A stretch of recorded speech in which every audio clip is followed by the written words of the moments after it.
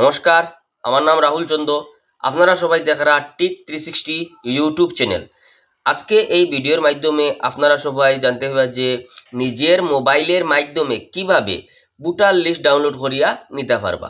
বন্ধুগণ, অনেক সময় ভোটার লিস্ট আমরা কাজে আয়, কিন্তু ভোটার লিস্ট তো সবসময় লগে লইয়া বোঝা যাইতো না। তাহলে কিভাবে পিডিএফ ফাইল আপনারা ভোটার লিস্টে ডাউনলোড করে রাখতে পারবা যে কোনো ইয়ারের, যে সময় আপনার দরকার ধরব সময় এই পিডিএফ এর মাধ্যমে আপনারা জেরক্স বার করিয়া যে কোনো কাজে ব্যবহার করতে পারবা। তাহলে এই ভিডিওটা সম্পূর্ণ দেখে নেন, কিভাবে ভোটার লিস্টটা ডাউনলোড করে নিতে পারবা, মোবাইলের মাধ্যমে সব কিছু বুঝতে পারবা।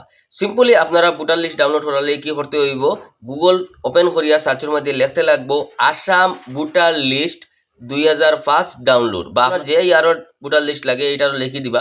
লিখে আপনার সার্চও ক্লিক করব।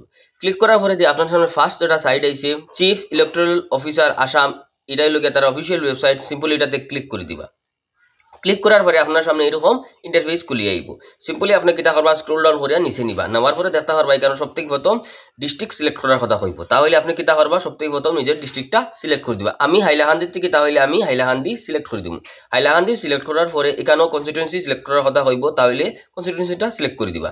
সিলেক্ট করার পরে যে সময় আপনি একটু স্ক্রল ডাউন হয়ে নিচে নিবা, তাহলে দেখতে পারবা আপনারা যতটি বুথ সেন্টার আছে বা পিএস আছে সবটির নাম এখানে আই গেছে।